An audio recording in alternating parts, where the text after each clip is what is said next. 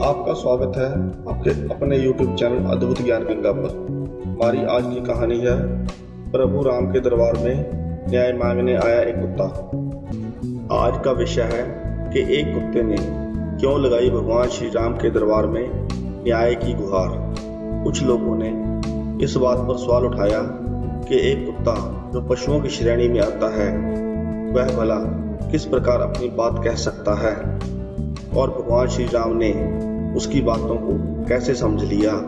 मुझे लगता है कि मैं यह बात सिर्फ नास्तिक लोगों को नहीं समझा सकता, बाकी जो लोग भगवान को मानने वाले हैं वह सब जानते हैं कि भगवान हर जीव के मन की बात को सुन लेते हैं, इसीलिए तो वह भगवान है। तो आइए चर्चा आरंभ करते हैं। इस कहानी में यह बताया गया है कि कौन सा कर्म करने वालों को कुत्ते की योनि में जन्म मिलता है।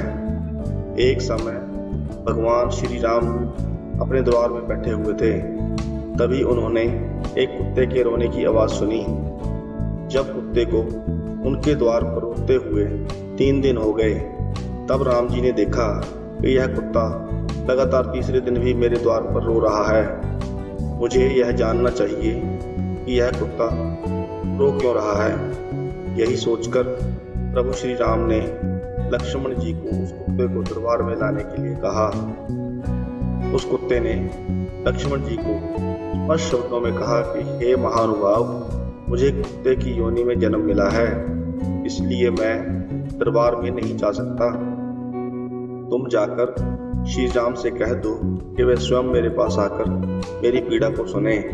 मैं जो कुछ भी कहना चाहता हूँ श्री राम जी से कहूँगा।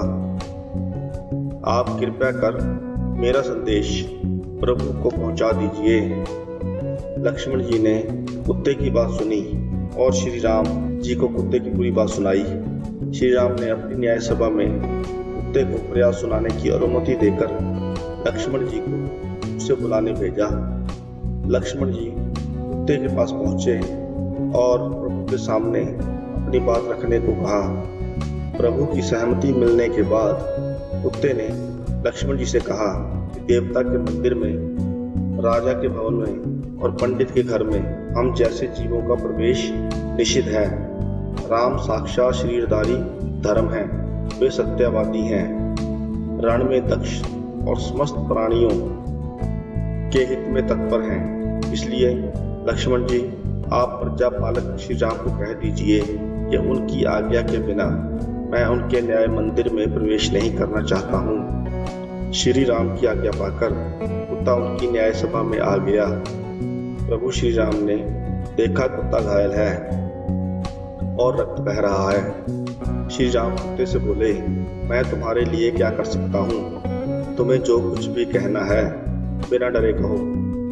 कुत्ता प्रभु श्री राम से बोला कि अज्ञानतावश मैंने कोई चूक की हो तो उसके लिए मैं आपसे क्षमा चाहता हूँ।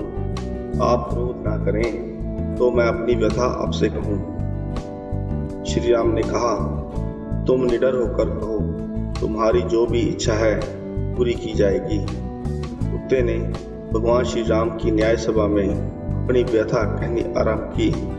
कुत्ता बोला कि मैं चुपचाप बैठा हुआ था। सर्वथा सिद्ध नाम का एक भिक्षुक आया और उसने बिना किसी अपराध के मेरे पर छड़ी से वार किया।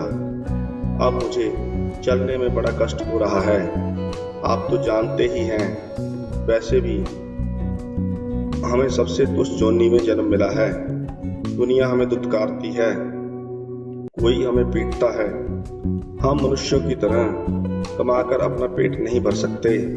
हमें तो कोई अपनी जूठन डाल देता है तो हम उसी को खाकर अपना गुजारा कर लेते हैं। कुछ निर्दयी लोग हमें खाने को नहीं देते। अब हम जाएं तो कहाँ जाएं? इसी बात से दुखी होकर मैं आपकी शरण में न्याय मांगने आया हूँ। मैंने सुना है कि आप किसी के साथ भेदभाव नहीं करते, इसलिए मैं एक विशुद्ध प्राणी आपके दर पर आया हूँ। हे राम, मुझ नीची जाति के प्राणी को न्याय दीजिए। कुत्ते की पूरी बात सुनकर श्री राम ने द्वारपाल को उस भिक्षुक को बुलाने भेज दिया।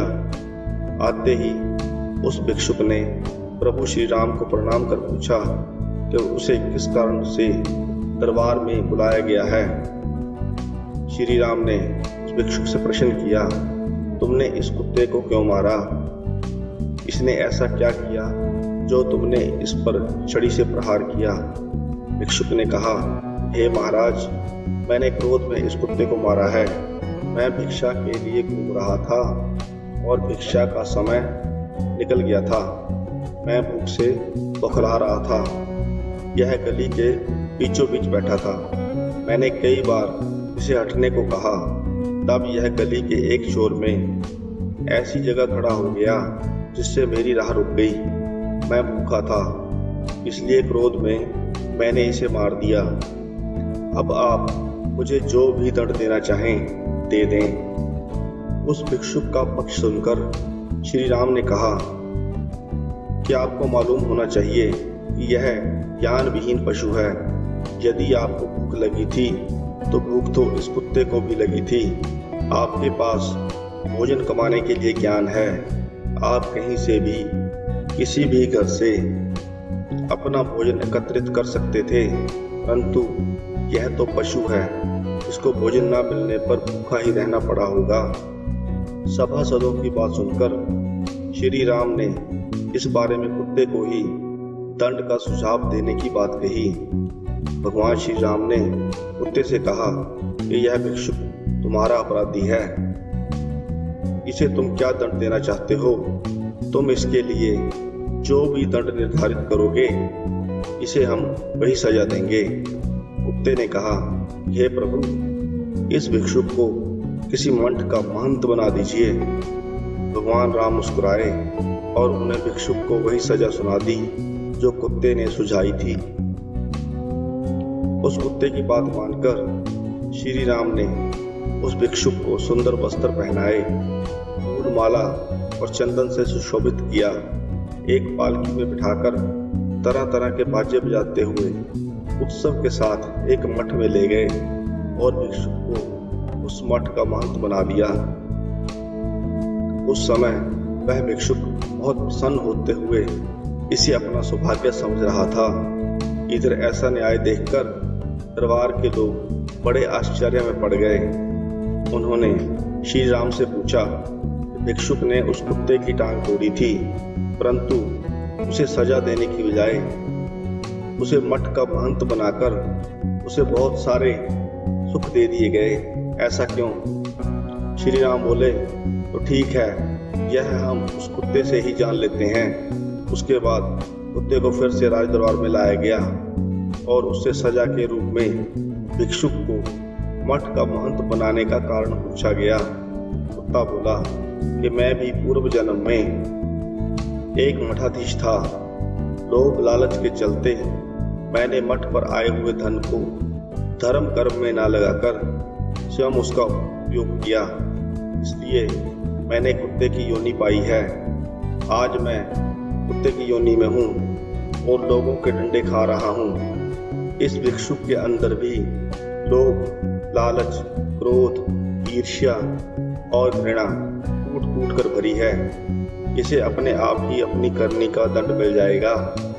यही इसके लिए सबसे अच्छी सजा है। यह भिक्षुक भी मठ का महंत बनने के कारण कुत्ते की योनि में जाएगा, फिर मेरी तरह लोगों के डंडे खाएगा, तो इसकी सजा पूरी हो जाएगी।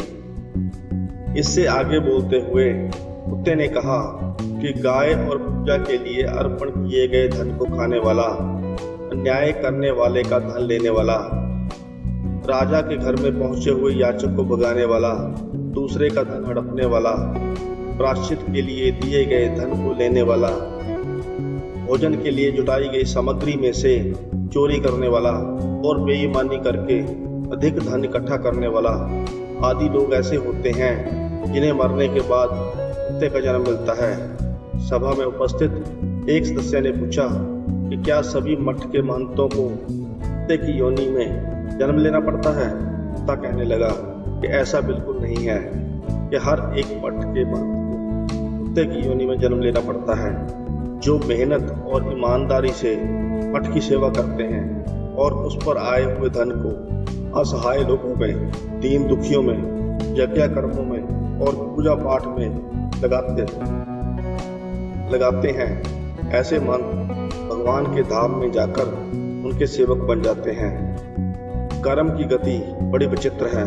कुत्ते के द्वारा बनाए गए महंत ने अपने स्वभाव के चलते सारे जीवन लोभ और पाप कर्मों के कारण अपना अगला जन्म कुत्ते के रूप में लिया। आप देखिए, कहाँ एक सन्यासी होकर भी कुत्ता हो गया और कहाँ एक कुत्ता जीवन से मुक्ति पा गया।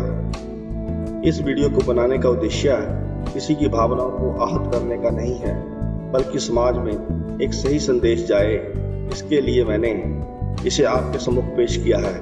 आप सभी दर्शकों का बहुत बहुत धन्यवाद। अगर आपको यह कहानी अच्छी लगी हो तो वीडियो को लाइक करें, चैनल को सब्सक्राइब करें। कहानी को अंत तक सुनने के लिए आपका धन्यवाद।